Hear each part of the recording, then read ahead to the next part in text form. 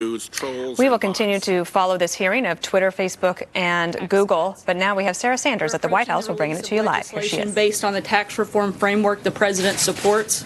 Unfortunately, no matter how great the plan is for the hardworking families, Democrats are expected to criticize the tax cuts, as they've done in recent years, putting partisan politics ahead of their constituents' pocketbooks.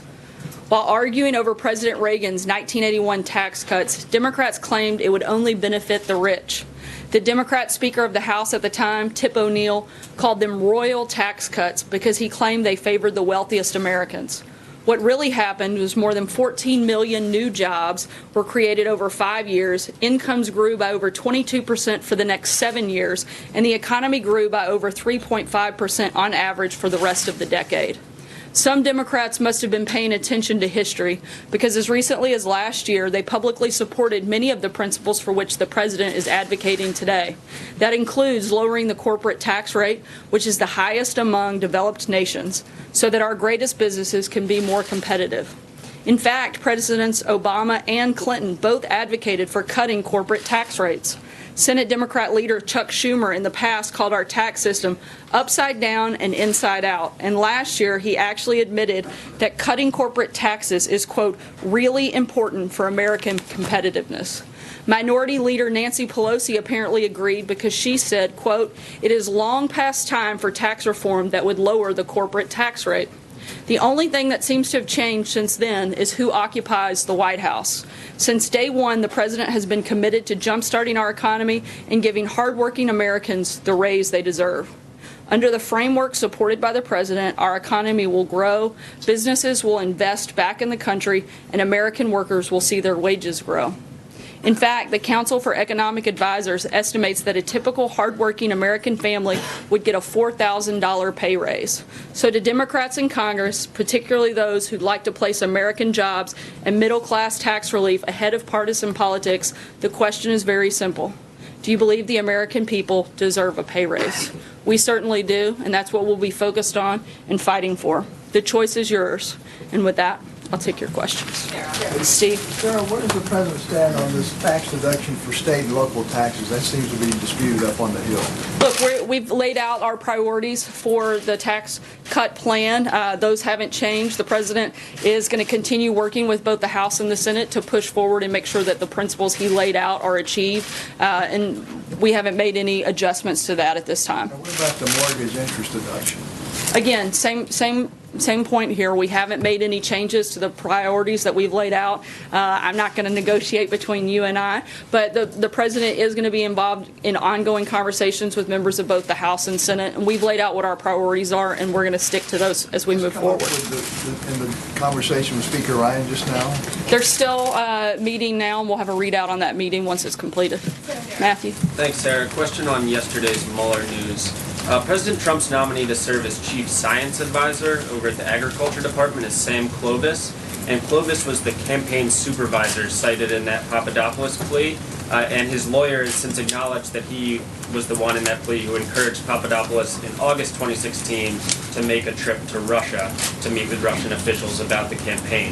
Given all that, is the president still comfortable with him, Sam Clovis, serving in the administration? I'm not aware that any change would be necessary at this time. And on that note, is the administration aware of who the other 3 or 4 campaign individuals who were referenced in that Papadopoulos plea were, and are any serving in or advising the administration? I'm not aware of the specific individuals. What I can say is that I think that Papadopoulos is an example of actually somebody doing the wrong thing while the president's campaign did the right thing. All of his emails were voluntarily provided to the special counsel by the campaign, and that is what led to the process and the place that we're in right now, was the campaign fully cooperating and helping with that. What Papadopoulos did was lie, and that's on him, not on the campaign, and we can't speak for that.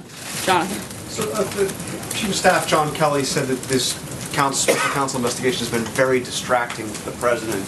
Can you elaborate on that? What is this affecting his ability to get his job done here? I don't think it's at all affecting his ability to get his job done, and that wasn't the point he was making.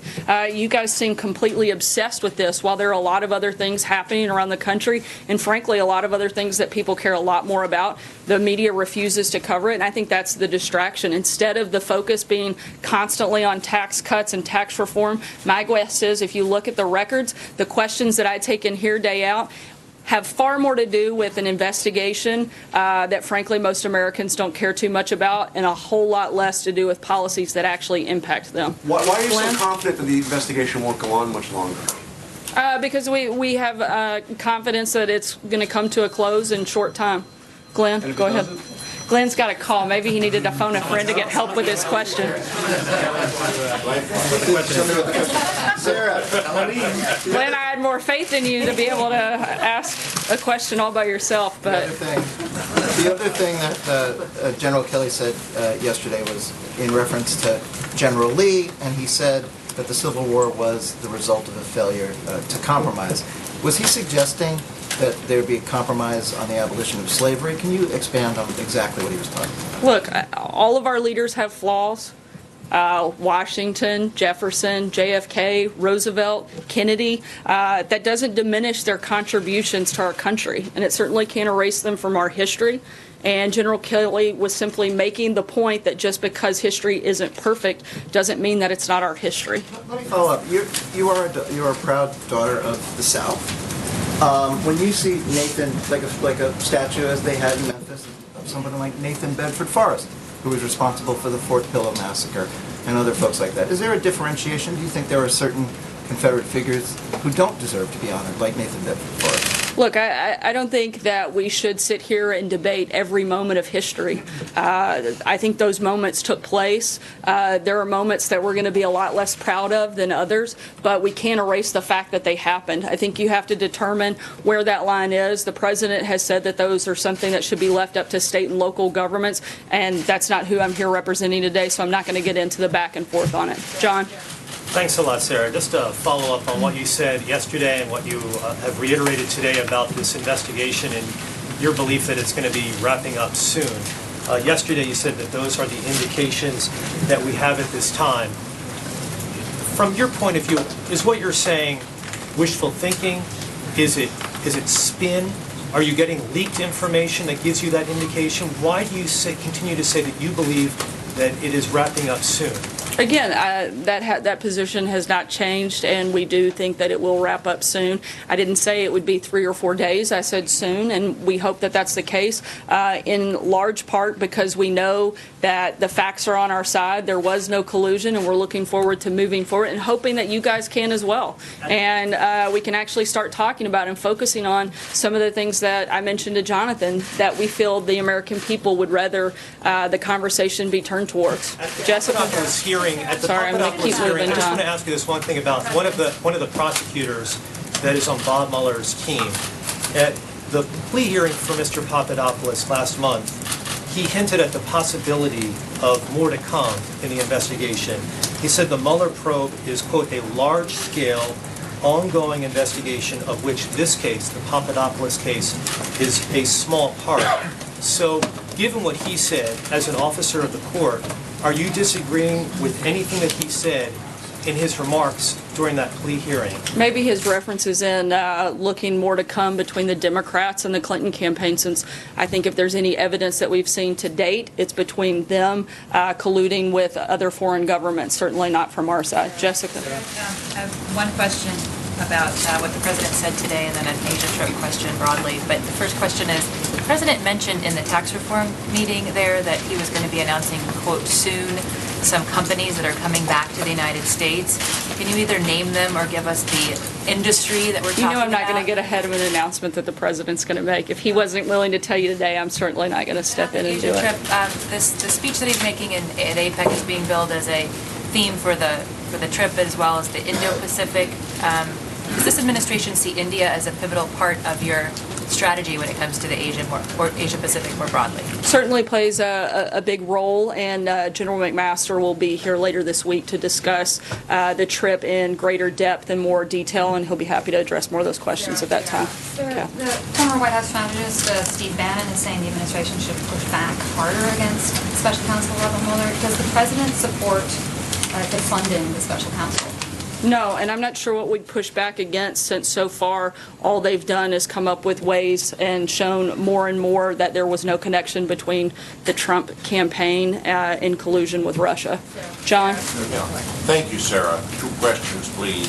First, the president is quoted last year as calling Mr. Papadopoulos, and I quote, a great guy, and today it was a liar.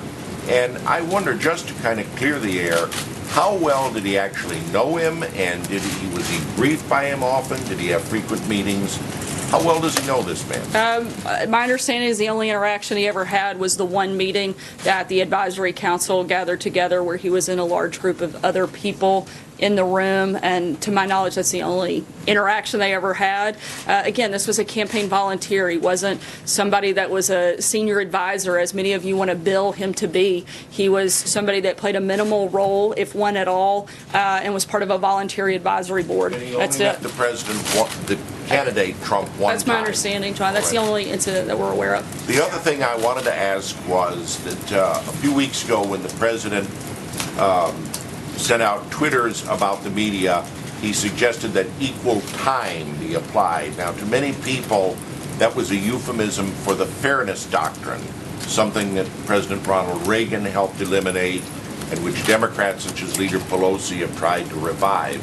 Is he seriously in favor of reviving the fairness doctrine? And I might add that its premier opponent of revival was a young congressman named Mike Pence. I don't know that he's into the deep weeds of the fairness doctrine, but I know he certainly believes in fairness, and I think that he would like to see that applied certainly to his administration in a way that it probably hasn't been so far. Charlie? The president, Republican Senate candidate Roy Moore is on Capitol Hill today. Does the president have plans to meet with him at any point today or this week before he leaves for Asia? No, there's no planned meetings at this time. Blake? Sarah, there is still a lot to be negotiated on taxes, SALT, which was just brought up, possible phasing in of the corporate rate, just to name a couple. When the tax bill, whatever of it, is released tomorrow, will the president wholeheartedly endorse this as his plan? As of right now, we see no reason to feel otherwise, but until we see the details of that, I'm not going to speculate on where we are. We've laid out what our principles are, and we expect that piece of legislation to reflect those principles. If it does, you'll certainly see the administration come in with full-throated support. And lastly, on the Fed, I know you're not going to give us a name. I'm not asking you to give us a name. But what if I did? Wouldn't it be fun? Then we would love a name. That's the most excitement we've ever gotten out of this room. Sorry. If you want to give us a name, we will take it. If not, my simple question is, has the president made his decision, or is he still debating it? I can tell you that it's not Major Garrett, but beyond that, I don't have anything to weigh in on. Noah, go ahead. Yeah, President Trump during the campaign repeatedly castigated Hillary Clinton for not coming forward and coming clean when she got debate questions ahead of the debates. Why didn't anyone in the Trump campaign, including his son, come forward when there were solicitations from Russian agents to provide dirt on his opponent? I'm not sure how those two things are even remotely related, so I couldn't begin to figure out how to answer that question. I'm just getting to the sense of the proactive duty to come clean when there is an ethical question. And is the president upset that people in his campaign did not come clean when there were ethical questions? I don't believe that to be an ethical question. That's a pretty standard campaign operating procedure. The Russians? That's not collaboration with the Russians. Sorry, Noah. I know you want it to be, but it just isn't. Go ahead. I have 2 questions. The first one is, you've been very clear that Trump didn't collude, but Hillary did. What is your definition of collusion? Well, I think the exchanging millions of dollars to create false information is a pretty big indication. I think taking millions of dollars into a foundation that benefits you while making decisions that impact people that gave that money, I think those are certainly areas of collusion that should certainly be looked at. And my second question just to follow up from Glenn, Robert E. Lee aside, and I understand your point about how all leaders have flaws, what Kelly said yesterday was that an inability to compromise led to the Civil War, and back in the spring, the president said that he thinks that Andrew Jackson could have made a deal to avert the war. What is the compromise that they're talking about? To leave the southern states slave and the northern states free? What was the compromise that could have been made? I don't know that I'm going to get into debating the Civil War, but I do know that many historians, including Shelby Foote in Ken Burns' famous Civil War documentary, agree that a failure to compromise was a cause of the Civil War. There are a lot of historians that think that, and there are a lot of different versions of those compromises. I'm not going to get up here and relitigate the Civil War, but there's certainly, I think, some historical documentation that many people, and there's pretty strong consensus, people from the left, the right, the north, and the south, that believe that if some of the individuals engaged had been willing to come to some compromises on different things, then it may not have occurred. Compromise on those things. Thanks, Sarah. Apropos of what's going on in the Hill this afternoon, and Facebook disclosing yesterday that more than 100 million Americans were apparently exposed to what amounts to Russian propaganda. What's the White House's view of that notion that more than 100,000 people have been reading and watching what this Russian outlet has been putting out? And what do you make of the notion that there ought to be some kind of requirement that Facebook be required to disclose, the way that many broadcasters are required to disclose, when political ads are made? I think we need to see how this process works out over the next several days. And some of those questions are things that you're going to have to ask Facebook. That's not something that the federal government can weigh in at this point until the findings of that investigation and those hearings are completed. Hallie? I'd like to follow up on something you said earlier, but I also want to follow up on the conversation that's been happening about this slavery compromise. I'm not asking you to relitigate the Civil War. We don't need a history lesson on the compromises that have happened. But does the White House at least acknowledge that the Chief of Staff's comments are deeply offensive to some folks and historically inaccurate? No, because as I said before, I think that you can't, because you don't like history doesn't mean that you can erase it and pretend that it didn't happen. And I think that's the point that General Kelly was trying to make. To try to create something and push a narrative that simply doesn't exist is just frankly outrageous and absurd. I think the fact that we keep trying to drive, the media continues to want to make this and push that this is some sort of a racially charged and divided White House. Frankly, the only people I see stoking political racism right now are the people in the groups that are running ads like the one you saw take place in Virginia earlier this week. That's the type of thing that I think really is a problem, and I think it is absurd and disgraceful to keep trying to make comments and take them out of context and mean something they simply don't. Sarah, can I follow up on that? There's a poll out that shows that the public seems to trust many of the mainstream media outlets that the president criticizes more than they trust the president himself. Why do you think this would be, and do you think the White House agrees with that? I haven't seen anything to suggest that. I'd have to look into it. I certainly can't comment on some study I know nothing about and don't agree with. Sarah, given some of the criticism we've heard from the president's outside advisors, is the president happy with his legal team right now? Does he feel well represented, well defended when it comes to the Mueller probe particularly? I'm not sure how he couldn't, considering, as I said yesterday, and I've repeated several times today, all of the revelations that have taken place over the last several days and hours have nothing to do with the president, have nothing to do with his campaign. And I think the further we get into it, the more and more we see that happening. Kevin? One other question on Thank you, something Sarah. I just wanted to ask about taxes and then maybe just a very quick follow on the discussion about compromise. If I'm understanding you correctly, what you're really saying is he's not suggesting a compromise on slavery. He's talking about other compromises that may have been germane to that period of history. Look, I think that was Is part of the fair? conversation that a lot of people have had. He didn't get into the specifics because that's something that's been discussed very widely by many historians, again, from both the left, the right, the north, the south, however you want to look at it. And he didn't get into the details of it because it wasn't the point he was making. On taxes, just want to get a sense of what the president might really be interested in as far as the child tax credit and as far as the Obamacare individual mandate. Is it your opinion that the president would be supportive of both? meaning that they need to be a major tenet of the tax reform that we'll be unveiling this week? He certainly supports the child care tax credit. I'm sorry, what was the other piece you were asking The about? Obamacare individual mandate, does that have to be a part of tax reform? I don't believe it has to be part of tax reform, but the child care tax credit is something he'd certainly like to see. Take one last question, Major. Sarah, you said to us a few moments ago, the Papadopoulos plea agreement is an example of an individual doing the wrong thing, but the campaign doing the right thing, if I remember what you said correctly. Does that extend to Sam Clovis encouraging George Papadopoulos to go to Russia on behalf of the campaign to solicit information? My understanding is there was an encouragement. He made multiple attempts at setting up a variety of meetings that were constantly rebuffed. He also made false statements to investigators. That's something that the campaign nor the administration would ever support.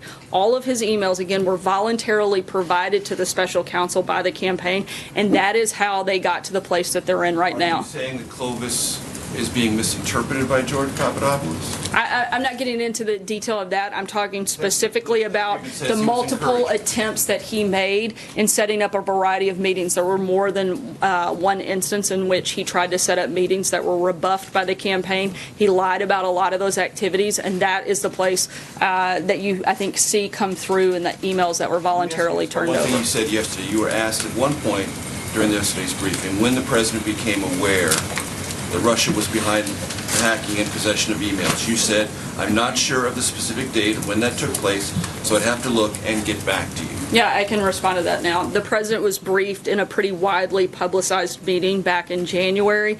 Later that very day, he said publicly that he'd received the intelligence briefing and he believed that Russia was behind the email hacks. Thanks so much, guys. Hope you have a happy and safe Halloween. Thanks, guys. That was Sarah Sanders at the White House press briefing. A lot of questions today, most of them on the Mueller investigation and Manafort, Gates, and Papadopoulos, what that means, but also about tax reform. And Sarah Sanders chiding the members of the press, saying that there's a lot of things Americans care about, and it's not the Mueller investigation. I think time will tell if that actually turns out to be true. Thanks for joining us today on the Daily Briefing. We hope to have you back again tomorrow. I'm Dana Perino, and now, as always, Shepard Smith.